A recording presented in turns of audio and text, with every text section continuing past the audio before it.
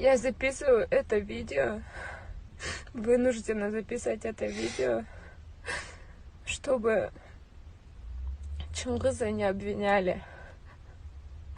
Я там была. Я там вышла из мечети после магриб намаза. Все произошло там.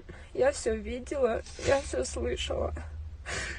Как там говорят, драки, то, что он нападал на сотрудника, вырывал пистолет, такого не было. Побойтесь Всевышнего. Я видела все. Там была словесная перепалка. Но драки, и чтобы он вырывал пистолет или нападал на сотрудника, не было. Из-за словесной перепалки он вытащил пистолет и просто выстрелил в него.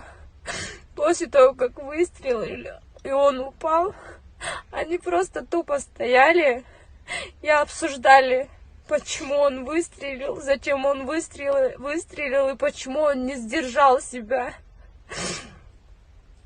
Они не сразу вызвали скорую. После того, как я начала, когда он весь такой холодный, потный, после того, как он лежал в луже крови, после того, как они увидели лужу крови, после того, как я начала на них кричать, чтобы они вызвали.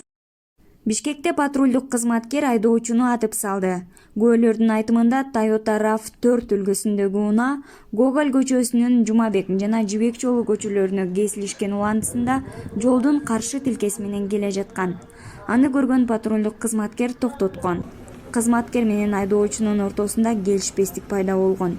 Ошол убакта инспектор куралын алып чыгып ок чыгарган. Ал айдоочунун жүрөгү менен колунун ортосуна тийген. Айдоочу жаткан жерине бир нече убакыт кыймылдап, бирок акыры кыймылы токтогон. 10 мүнөттөн кийин келген тез жардам кызматы жүрөгүнө жарым сааттай массаж жасап, кийин алып кетишкен.